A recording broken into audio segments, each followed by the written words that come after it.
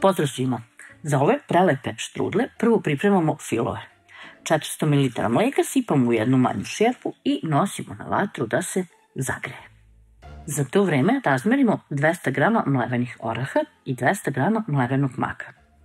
U mak dodajemo 150 g kristal šećera, dok u orahe dodajemo 100 g.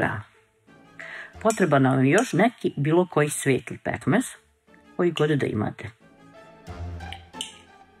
3 kašike stavljamo u mak, 5 ćemo staviti u orahe. Zatim ćemo i jedan i drugi nadev promešati. Sad kad to sve izmešamo, u svaki ovaj deo dodat ćemo i 2 kašike griza. Kada se mleko zagreje, može i da vam provri, u mak sipamo otprilike 250 ml.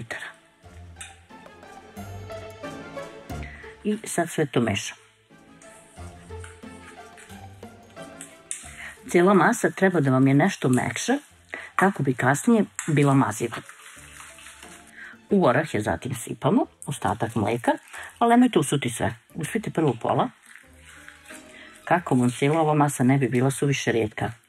Mleko koje vam preostane, kasnije ćete da dodate ako vam se mak zgusne, pa kako biste ga lakše premazali.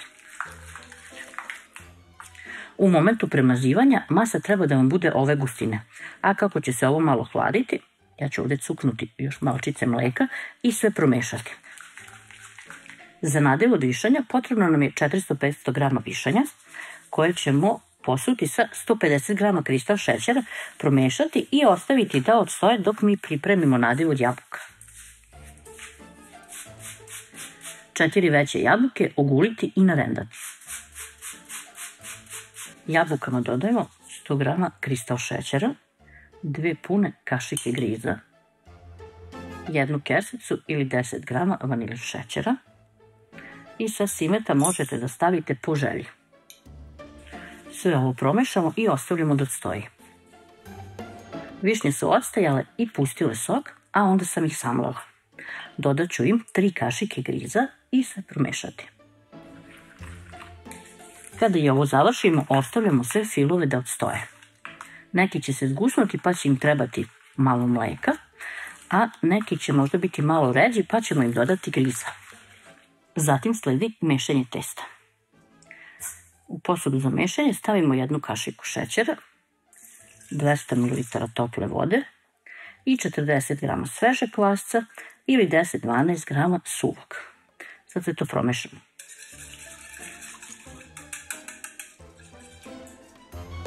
Ovdje dodajemo još 400 ml tople vode i 70 ml ulja.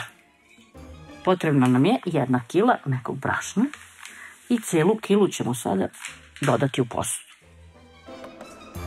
Napravimo ovako manje udubljenje, pa sipamo 1 kašiku soli. Sad sve prvo varjačom mešamo. Višak testa skinemo sa varjača, a onda nastavimo da rukom mesimo testo. Testo će biti prilično lepljivo i mekano, a tako i treba da bude. Testo nećemo dugo mesiti, već samo koliko se svi sastojci povežu.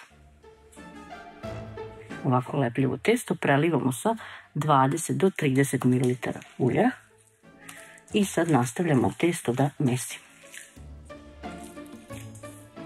Kada testo upije svo ulje, opet će početi da vam se lepi za ruke.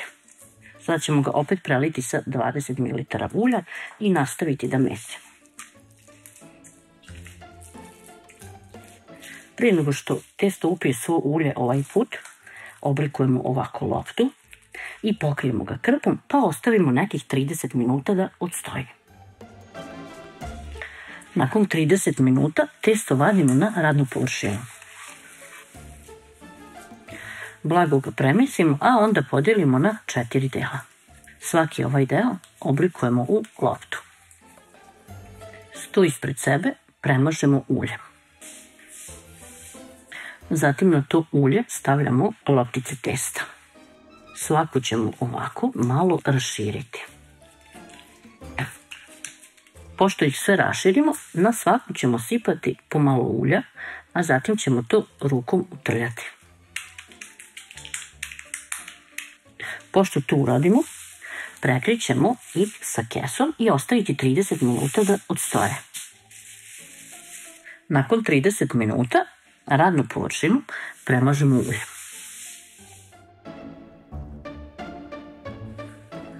Oblikujemo u trauganik. Evo ovako. Uzimamo zatim jednu veću kesu, možete i ovako celofan, i stavimo preko.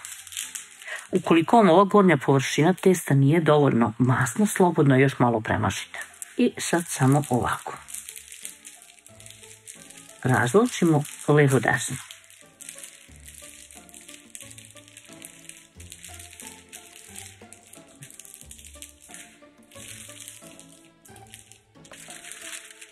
Skinemo. Opet namažemo sa malo ulja.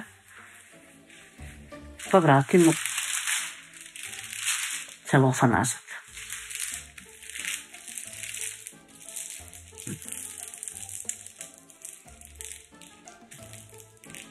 Testo kada razvučete treba da vam izgleda ovako. Uzimamo sada prvi nadev, i to nadev od maka. Treba da nam je nešto ređe od ovoga, tako da ću ja ovdje sipati mleko koje je preostalo.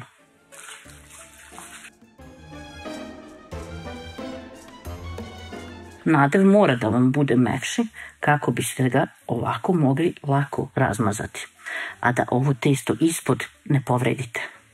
Kada budete premazivali, ostavite 1 do 2 cm gore i dole, nenamazano, jer ćemo taj deo prebacivati, i ostavite ovako jednu štraftu ovdje nenamazanu kako bismo lakše i bolje štrudlu uveli.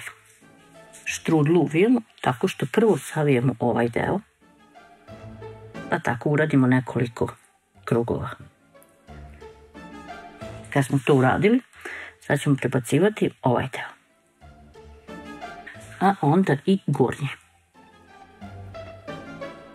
Ostalo nam je još da štrudlu urolamo. Ostalo nam je još da štrudlu uvijemo.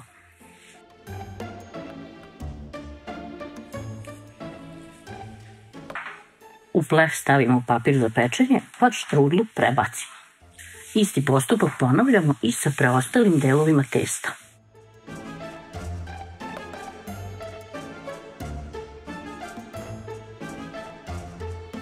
Masa od višanja je dosta rijetka, tako da ću dodati još 5 kašika griza. Sad ću to malo da odstoji, taman dok ja razvučem koru.